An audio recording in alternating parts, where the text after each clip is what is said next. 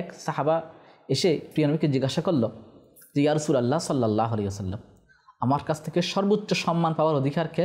যে তোমার মা। এরপর বললেন এরপর কে? প্রিয় নবী বললেন তোমার মা। এরপর কে? প্রিয় নবী ইরশাদ করলেন তোমার মা। সেই সাহাবা আবার জিজ্ঞাসা করলেন যে ইয়া রাসূলুল্লাহ এরপর কে?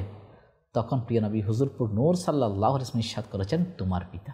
মায়ের কথা 3 বার উল্লেখ করেছেন আর পিতার কথা 1 বার উল্লেখ করেছেন। অন্য হাদিসের মধ্যে আবার এটাও রয়েছে পিতা হচ্ছে জান্নাতের মধ্যখানের দরজা। অপর হাদিসের মধ্যে এটাও রয়েছে পিতামাতা তোমার জন্য জান্নাত এবং জাহান্নাম।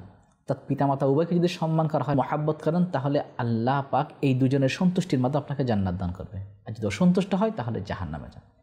তাহলে হুজুরপুর নূর সাল্লাল্লাহু আলাইহি ওয়াসাল্লাম যেভাবে পিতার হক বর্ণনা করেছেন সেভাবে মাতার হকও বর্ণনা করেছেন। সন্তানদের হক সম্পর্কেও বলেছেন। ইসলামের মধ্যে প্রতিবেশীর কী হক রয়েছে সেটাও বলেছেন। মুসলমানের হক কী রয়েছে সেটাও কিন্তু তিনি অবশ্যই বর্ণনা করেছেন। হযরত সৈয়দনা সালমান ফারসি রাদিয়াল্লাহু তাআলা আনহু যখন ইসলামের দ্বিতীয় খলিফা আমিরুল মুমিনিন হযরত সৈয়দনা ফারুক আজম রাদিয়াল্লাহু তাআলা আনহুর দরবারে যখন আসলেন, তখন ফারুক আজম রাদিয়াল্লাহু তাআলা আনহু তিনি বালিশের মধ্যে ঠেক লাগিয়ে হেলান দিয়ে তিনি বসা ছিলেন।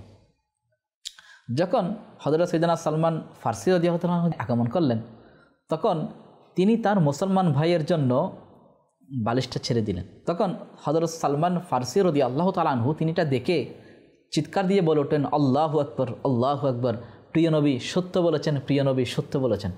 তখন ফারুক আজম রাদিয়াল্লাহু তাআলা এটা শুনে তখন জিজ্ঞাসা করলেন যে হে আমার ভাই সালমান ফারসি, প্রিয় নবী হুজুরপুর নূর সাল্লাল্লাহু আলাইহি ওয়াসাল্লাম কি বলেছেন? তখন হযরত সৈয়দনা সালমান ফারসি রাদিয়াল্লাহু তাআলা আনহু বলতে লাগলেন যে আমিরুল মুমিনিন, একদিন আমি হুজুরপুর নূর সাল্লাল্লাহু আলাইহি ওয়াসাল্লামের দরবারে উপস্থিত হলাম। তখন প্রিয় নবী আপনার মতো এভাবে বালিশে হেলান দিয়ে তিনি বসা ছিলেন। যে মাত্র আমি সেখানে প্রবেশ করলাম তখন হুজুরপুর নূর সাল্লাল্লাহু আলাইহি ওয়াসাল্লাম ওই বালিশটি আমার জন্য ছেড়ে দিলেন।